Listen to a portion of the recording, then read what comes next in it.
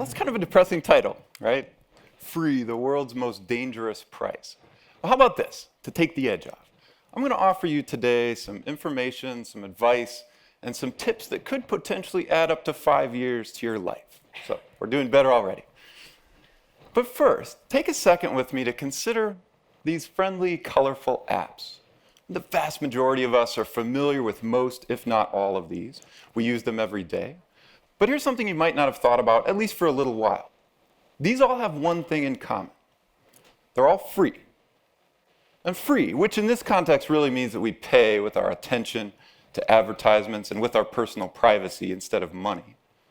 Free has become the dominant business model of the internet, which is now the dominant lens through which we experience the world.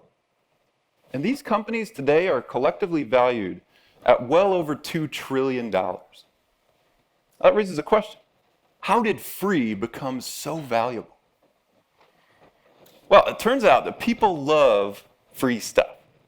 I'm not telling you anything new there, right? But behavioral economists actually have a name for this phenomenon. They call it the zero price effect. And the zero price effect is this crazy powerful and often overlooked dynamic. It was first identified by a guy named Dan Ariely. And Dan Ariely did a series of experiments that involved offering people a choice between Hershey's Kisses and Ferrero Rocher chocolate. And in the first of his experiments, Ariely set the price of a Hershey's Kiss at 2 cents and the price of a Ferrero chocolate at 27 cents. And as we can see, people were fairly evenly split between the two. Well, then Ariely did his experiment a second time, and this time he lowered the price of both by the same amount, 1 cent each. So that now the Hershey's Kiss cost 1 cent and the Ferrero chocolate cost 26 cents, and again we see that people were fairly evenly split between the two. Well, then Ariely did his experiment a third time, and this time he again lowered the price of both by the same amount, 1 cent, only this time the Hershey's Kiss became free, and the Ferrero chocolate still cost a quarter. So what do you think happened? People swarmed to the Hershey's Kisses. They abandoned the Ferrero chocolates. And Ariely hypothesized that this very powerful dynamic is caused because people experience free as a pleasure. So he thought the calculus went something like this. Chocolate equals pleasure, plus free equals more pleasure, so go for the Hershey's Kiss. But it turns out free is not this powerful because it increases our pleasure. Free is this powerful because it eliminates the pain of payment. So just last year, researchers at Carnegie Mellon set out to understand what happens to people's brains when you first show them a product and you then show them a price next to that product. And there is an area of increased brain activity that results, but it's an area that's associated with pain stimuli. So what Ariely did when he lowered the price of his Hershey's Kisses to free was something more like the following. He caused people to make this calculus. Chocolate equals pleasure, plus free equals no pain, so go for the Hershey's Kiss. And that difference is subtle, but it's huge. Free doesn't work because it increases our pleasure. Free works because it tricks us by disabling the part of our brains that tell us when to stop. And scientists have studied what happens to lab rats, in a different context, food, when you disable the part of the hypothalamus that sends a negative signal, I'm full, stop eating. The rats just eat and eat and eat. Why? Because they perceive what they're doing as all pleasure, no pain, even though that's not true. When we encounter and use free apps, we turn into these rats. We are paying for these with some of the most valuable things that we own, with our time, with our attention, with ourselves, our personal privacy and information. But free tricks us into perceiving this as all pleasure, no pain, even though that's not true.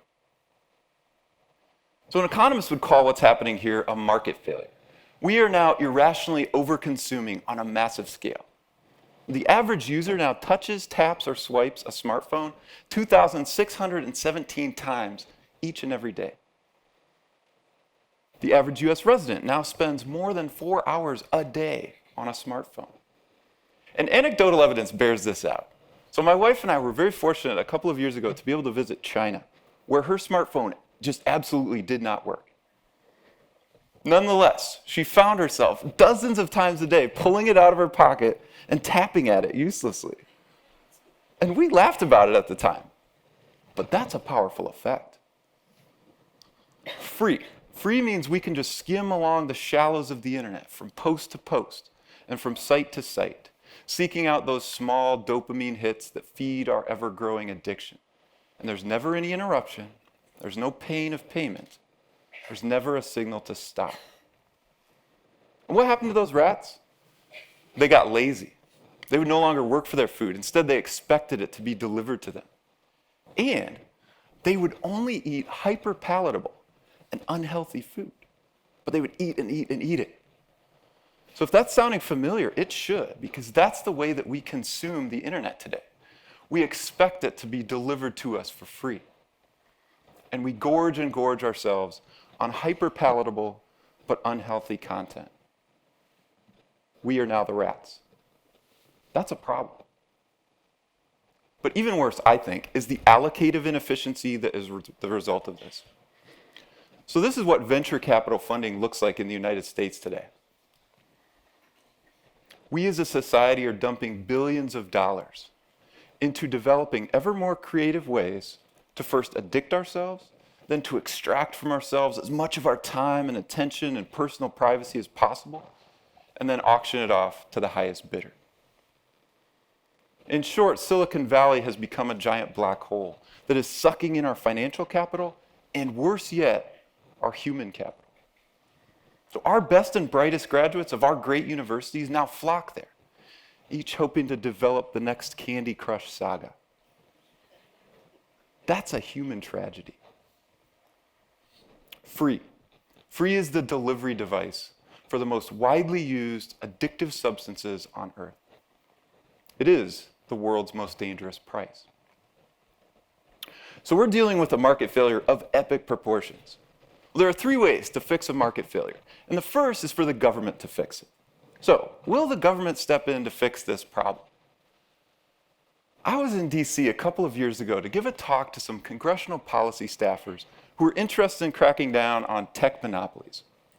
And after the talk, I cornered one of them in the hallway and I asked, given that Google is the most prominent and dominant monopolist of our time, and it has been for quite a while, why haven't we done anything about it?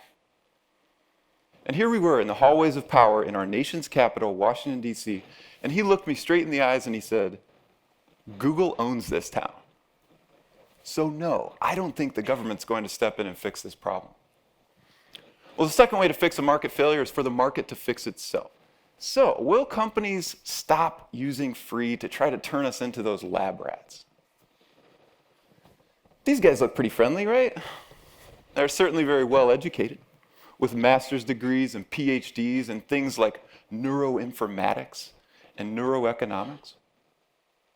Well, they're the founders of a recent startup called Dopamine Labs, whose explicit goal is to make apps even more addictive using neuroscience. That's health science. Their tagline, quote, "At the end of the day, only one thing matters.